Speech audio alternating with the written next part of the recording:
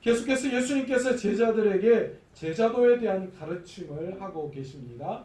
마가복음 앞부분에서는 예수님은 누구이신가 라는 것에 대해서 초점을 맞추었다면 이제 8장 이후부터는 계속해서 예수님께서 제자들에게 과연 진정한 예수님의 제자는 어떤 삶을 살아가야 하는가 라는 것을 가르치고 계시는 거예요. 왜 이 말씀을 하시는 것일까요? 이제 앞으로 예수님께서 십자가에 달려서 죽으실 일을 지금 바라보고 계시기 때문입니다. 지난 시간 우리는 바리새인들이 예수님께 나와서 질문한 것을 함께 나누었습니다. 무슨 질문이었습니까?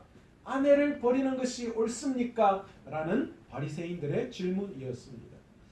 예수님은 이 바리새인들의 질문을 받으시고 무엇을 생각하셨는가? 사실 이 바리새인들이요 정말 궁금해서 한 질문이 아니죠. 어떻게 하든가 예수님을 올무에 걸려 넘어지게 그렇게 하기 위해서 계략을 꾸민 거예요.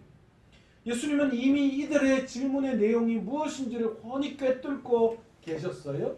그래서 그들의 악함을 보신 거죠. 야, 이것 봐라. 정말 너희가 질문하고 싶은 것이 아니라 나를 넘어뜨리기 위해서 악한 것으로 질문을 하시는구나, 하고 있는구나. 그거를 아셨던 거예요. 그래서 이혼에 대한 질문을 하셨는데 예수님은 그 이혼에 대한 내용을 결혼이라는 그것에 대한 정의를 내리시면서 그들에게 그들의 문제를 지적하시고 그들에게 가르침을 주시기를 원했습니다. 예수님은 결혼에 대한 이야기를 하시면서 상징적으로 무엇을 또 말씀을 하셨는가? 예수님과 그리스도인들과의 관계를 결혼이라는 것을 통하여서 상징적으로 설명을 하셨습니다. 그리고 한 단계 더 나아가서 뭘 하셨습니까?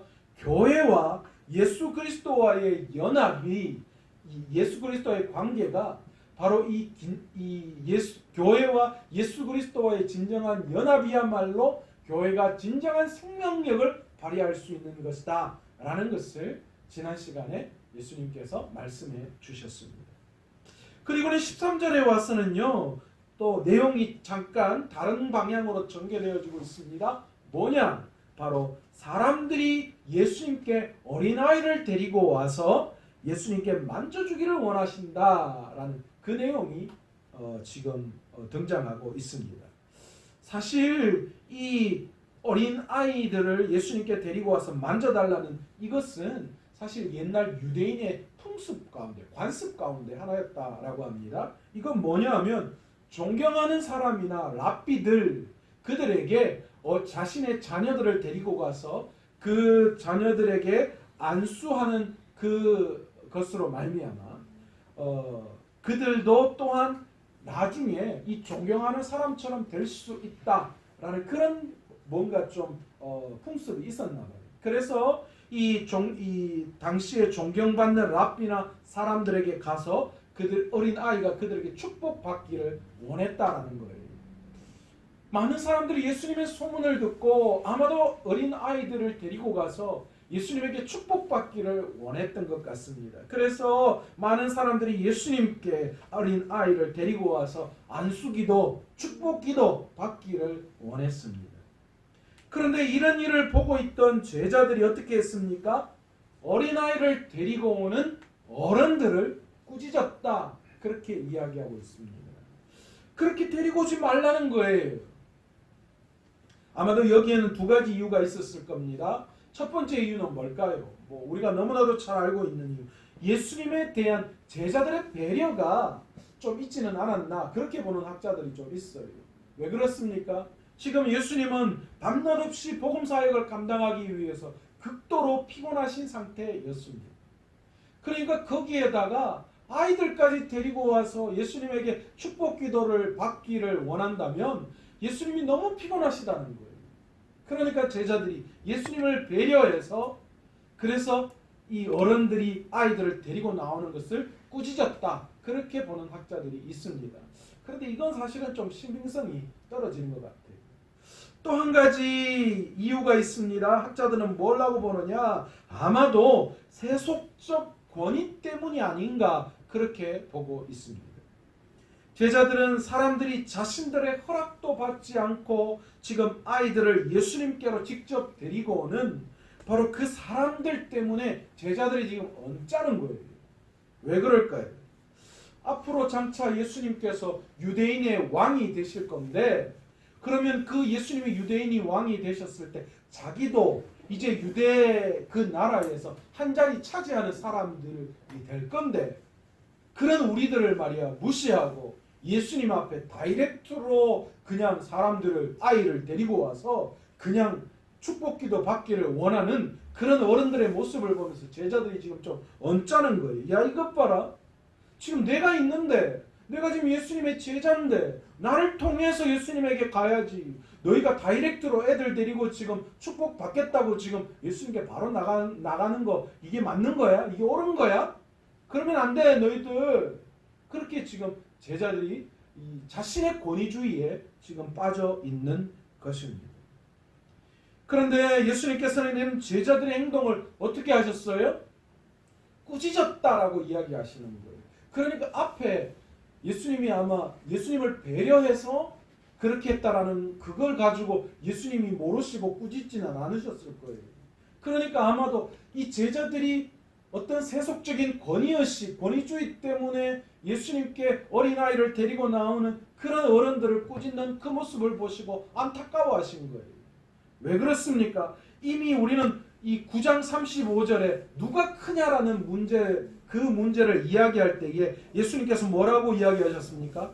누구든지 내 이름으로 이런 어린 아이 하나를 영접하는 자, 영접하면 나도 그들을 영접할 것이다. 이렇게 이야기해서 어린 아이의 중요성, 그러니까 여기에서 어린 아이는 나이 어린 사람을 지칭하는 것뿐만이 아니라 좀 폭넓게 연약하고 부족한 그 모든 사람들을 영접하는 것이 나를 영접하는 것이다. 이미 말씀을 하신 거예요. 그러니까 어린아이들, 연약한 그 아이들을 데리고 나오는 그 어른들을 꾸짖는 것, 그것이 예수님에게는 지금 언짢은 거예요. 아니 너희들이 어떻게 그럴 수 있어? 그렇게 말씀하신 거예요. 예수님께서는 이 어린아이의 비유에 대해서 제자들이 금방 잊어버린 것에 대해서 여전히 지금 한탄하고 계시는 거예요. 그들은 여전히 세속적인 권위주의 의식에 여전히 사로잡혀 있어서, 그러니까 뭔가 좀 연약하고 부족한 자들에 대한 배려심이 없는 거예요. 예수님께서는 그런 제자들에게 이렇게 말씀하시죠. 14절에 어린 아이들이 내게 오는 것을 용납하고 금하지 말라. 하나님의 나라가 이런 자의 것이니라. 그렇게 말씀하십니다. 여러분, 여기서 우리는 용납이라는 단어와 금지하지 말라라는 그 단어에 집중할 필요가 있습니다. 여러분, 지금 예수님은 어떤 상태이십니까? 이제 곧 있으면 예수님이 지금 뭐 하시는 거예요? 십자가에 달려서 죽음을 맞이하셔야 될 그런 절체절명의 위기 상황 가운데 있는 거예요. 그래서 예수님은 이제 곧 떠날 제자들에게 뭘 하신 거예요? 내가 무엇을 위해서 이 땅에 왔고, 그리고 앞으로 어떤 일이 일어날 것이며, 또 너희가 어떤 것들을 준비해야 하는가에 대한 그 제자들의 진정한 삶이 어떠해야 되는가라는 것을 지금 중차대하게 그들에게 가르치는 아주 중요한 상황에 놓여져 있으셨다라는 거예요. 여러분, 지금 예수님께서는 바로 그런 제자들에게 자신의 미래에 대한 말씀을 하고 있는 그런 상황인데, 그런데 어쩌면 참 부담스럽고 민감한 때라고 우리는 볼 수 있어요. 예수님에게 그렇잖아요. 그런데 바로 그런 상황에서 여전히 예수님은 어린 아이에게 뭐 하고 계시는 거예요? 눈을 떼지 않고 계시다는 거예요. 여전히 어린 아이가 예수님의 눈에 들어오셨다는 거예요. 그리고 자신을 찾아온 어린아이들을 귀찮게 여기지 않으시고 친히 그들을 적극적으로 용납하시고, 그리고 나오는 것을 금지하지 말라, 그렇게 말씀하셨습니다. 여러분, 코로나 시대의 가장 큰 문제가 뭡니까? 제가 한번 생각해 봤어요. 코로나가 과연 믿는 우리들에게, 교회에 가장 큰 문제가 무엇이 될 수 있을까? 재정적인 문제? 성도가 줄어드는 문제예요? 신앙이 좀 다운되는 문제? 예배가 소홀해지는 그런 문제예요? 그런데 이런 것들은 어쩌면 다 잘 극복할 수 있는 문제인 것 같아요. 우리 스스로가 영적으로 나아가면 참 잘 우리 믿는 자들에게는 극복할 수 있는 문제라고 생각을 합니다. 그런데 이 코로나의 가장 큰 문제는 다음 세대 아이들에 대한 문제예요. 대책이 없고 대안이 없어요. 우리 교회도 마찬가지잖아요. 우리 교회도 지금 1년 넘게 주일학교 지금 예배를 못 드리고 있어요. 시작하려고 하면 뭐 2차 유행이 터져가지고 예배 못 드리게 하고, 또 하려고 하면 3차 유행이 터져가지고 또 모임을 금지하고. 여러분, 다음 세대 아이들에 대한 예배가 완전히 막혀져 버린 상태입니다. 여러분, 사실 하나님 앞에서 작년 예배가 더 중요하고 주일학교 이 어린아이들이 드리는 예배가 덜 중요하고 그렇습니까? 하나님 앞에서 장년들은 중요하고 어린아이들은 별로 중요하지 않는 걸까요? 그 아이들이 크면 중요하고 지금은 별로 중요하지 않는 거예요. 제가 주일학교, 다음 세대 주일학교를 살려내는 그 강의를 유튜브로 들은 적이 있는데요. 요즘은 뭐 모여서 세미나를 못하니까요. 그런데 깜짝 놀라는 이야기를 파이디온이라고 어린이 사회 가시는 그 대표께서 말씀을 하시는데요. 우리는 자꾸만 주일학교 아이들 예배를 작년 예배의 한 부속 그냥 예배, 들러리 같이 그렇게 생각하는 경우가 참 많이 있다. 그런 이야기를 하시면서 하나님 앞에서는 장년들이 드리는 예배와 어린아이들이 드리는 모든 예배, 그 예배를 하나님은 결코 차등해서 보시지 않는다는 거예요. 하나님은 그 모든 예배를 동일하게 생각하시는 분이시다. 아멘, 아멘. 그런데 우리가 지금 그것들을 차등해서 생각하고 있다. 물론 우리 교회도 주일학교 예배를 지금 잠깐 멈춰 있는데, 사실은 뭐 제가 그렇습니다. 차등을 두거나 우리 교회 주일학교 예배가 들러리처럼 되기 때문에 그렇게 우리는 생각하지 않습니다. 저는 우리 교회 장로님들도 한 분도 그런 생각을 가지고 있는 분이 없으실 거라고 생각합니다. 그런데 주일학교 예배를 드리기 위해서는 부모의 동의와 또 여러 가지 상황들이 있기 때문에 사실 선뜻 이것을 다시 시작하는 것이 얼마나 힘들고 어려운지 그런 난관에 부딪힐 때가 참 많이 있습니다.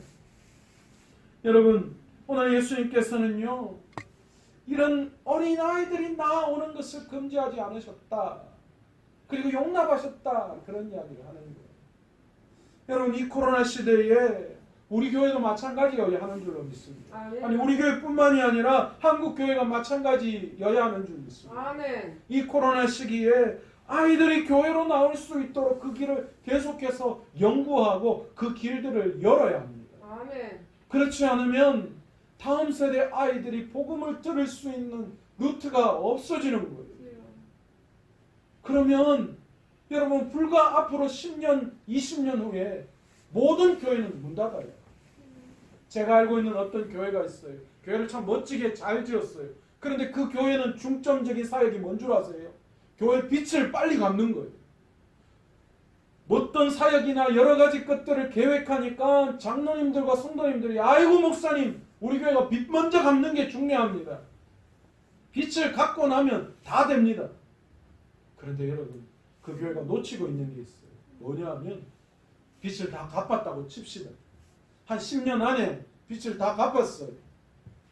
그런데 우리가 깨달아야 할 것은 10년, 20년을 바라보고 다음 세대 아이들을 복음으로 교회로 나오게 하지 못한다면 10년 이후에 빚은 다 갚았는데 뭐가 되는 거예요? 교회는 텅텅 비게 되는 거예요. 그러면 뭐 하는 거예요? 결국 교회가 문 닫아야죠. 교회를 다른 곳에 팔거나 이런 일들이 일어나고 말이에요. 그러면 교회 지어가지고 교회 빚 갚아가지고 다른 교회 다른 데로 팔려고 그럼 지금까지 성도들이 그렇게 고생했단 말이에요. 그것을 위해서 지금까지 왔단 말입니다. 여러분, 교회가 다음 세대 아이들에게 문을 열어야 돼요. 여러분, 교회는 여전히 연약하고 부족한 자들을 위해서 그 문을 활짝 열어 놓아야 합니다. 아멘. 여러분, 뭐 이단도 마찬가지고 동성애자도 마찬가지고 여러분 그들 문제 있는 게 맞아요. 그렇잖아요. 이단들 어쩌면 용서할 수 없습니다. 함께 할 수 없는 게 맞습니다. 동성애자들 성경을 거스리는 자들이에요. 우리가 받아들이기 쉽지 않아요. 그러나 우리가 알아야 할 것이 하나 있습니다. 그러나 그들도 복음으로 변화되어져야 할 사람이라는 거예요. 우리가 그들의 주장을 미워하고 잘못되었다라고 이야기하지만 그러나 우리는 그들을 받아들여서 교회 안에서 변화시켜야 할 그런 의무도 우리에게 있음을 우리는 알아야 합니다. 그러기에 우리는 우리의 입맛에 맞는 사람, 그런 사람만이 아니라 모든 사람들에게 이 교회의 문을 활짝 열고 그 모든 사람들이 와서 마음껏 이 교회에서 하나님의 말씀을 듣고 변화될 수 있도록 만들어야 하는 줄로 믿습니다. 예수님께서는 이 어린아이들, 이 절체절명의 상황에서 어린아이들이 교회에 나오는 것을, 어린아이들이 예수님께 나오는 것을 용납하셨고 금하지 않으셨습니다. 그리고는 절체절명의 이야기를 한 가지 15절에 하십니다. 그러면서 제자들에게 또 한 가지 제자도를 가르치고 계시는 거예요. 뭐라고 말씀하십니까? 하나님 나라를 어린아이와 같이 받들지 않는 자는 결단코 그곳에 들어가지 못하리라. 좀 어려워요. 어린아이와 같이 받들지 않는 자는. 근데 사실 이게 약간 이 의미가 좀 달라요. 이게 여기서 받들지 않는다라는 이 말은 받아들이지 않는다라는 말로 사실은 우리말이 좀 바꿔야 될 것 같아요. 좀 이게 어렵게 해석을 한 것 같아요. 쉽게 어린아이와 같이 받아들이지 않으면 안 된다 이 말이에요. 어린아이와 같이 하나님의 나라를 받아들이지 않으면 안 된다. 이 말씀을 한마디 덧붙이신 거예요. 그러면서 뭘 이야기하시는 거예요? 하나님의 나라는 어떤 자들의 것인가라는 것을 분명하게 말씀하고 계십니다. 여러분, 예수님께서 오늘 본문을 통해 어린아이와 같은 신앙의 어린아이와 같이 그런 신앙의 어린아이와 같은 그런 신앙이 우리에게 필요하다라는 것을 말씀해 주고 계시는 거예요. 첫 번째, 어린아이 같은 신앙은 어떤 신앙일까요?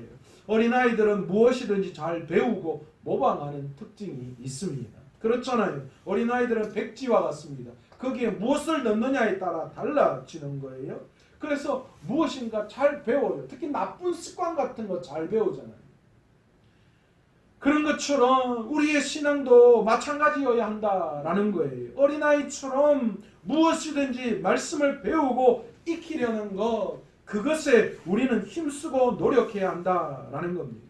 진리를 향하여서 일관된 관심과 구도자의 그 신앙의 자세, 어린아이처럼 우리의 신앙도 이런 마음이 있어야 하나님의 나라가 우리의 것이 될 수 있다라는 것이지. 또한 여러분, 유대인의 격언 중에는 아버지가 집에서 한 말을 어린아이가 밖에서 말한다 라는 그런 격언이 있어요. 이 뭔 이야기예요? 어린아이들은 모방을 잘해요.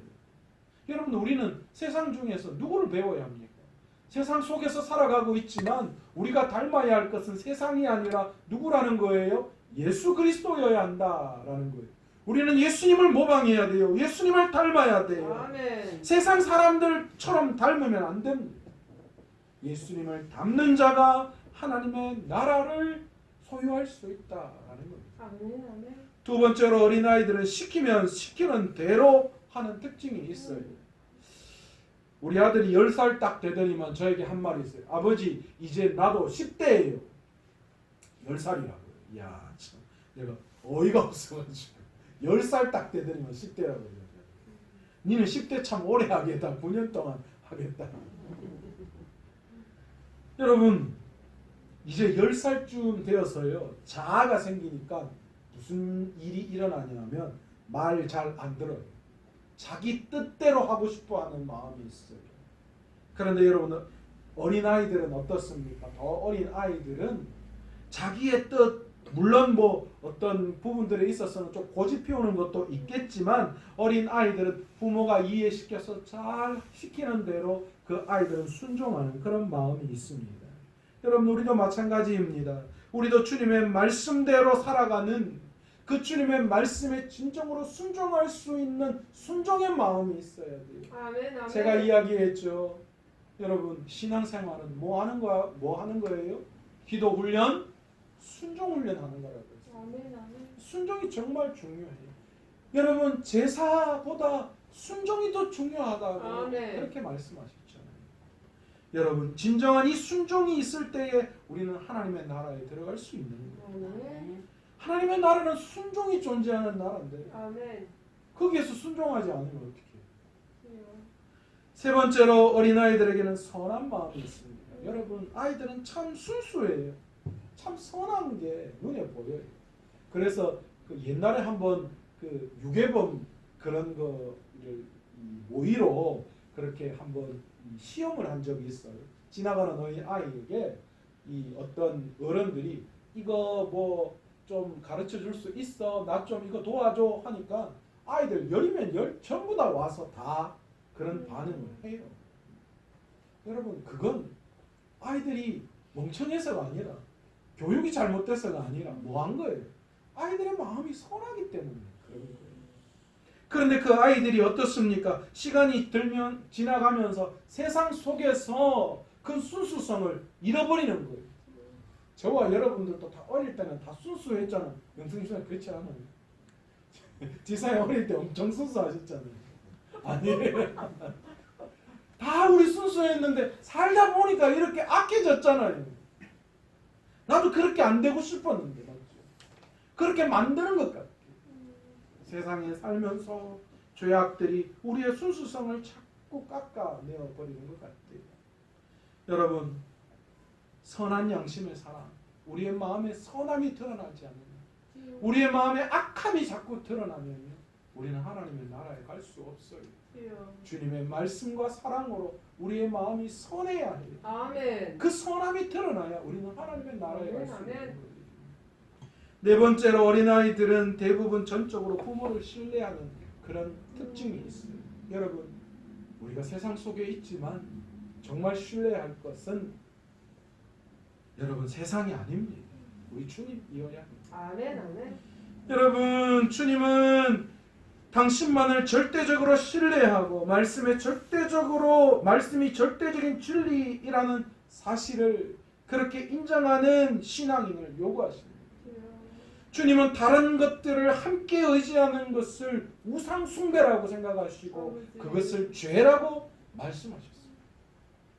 그러기에 우리는 오직 이 세상을 살아가지만 하나님만을 신뢰하며 아멘. 나아가야 하나님의 나라를 오늘도 우리가 살아갈 수 있는 줄 믿습니다. 아멘. 아멘. 예수님의 가르침에 의하면 모든 사람은 평등하고 존중받아야 합니다. 어린아이기 때문에 이렇기 때문에 연약하기 때문에 그 사람들을 차별하고 해서는 안 되고 모두가 다 평등하게 모두가 다 존중받을 권리가 있습니다. 아멘. 예수님은 하나님의 나라는 어린아이와 같은 자들이라 그렇게 선포하셨습니다.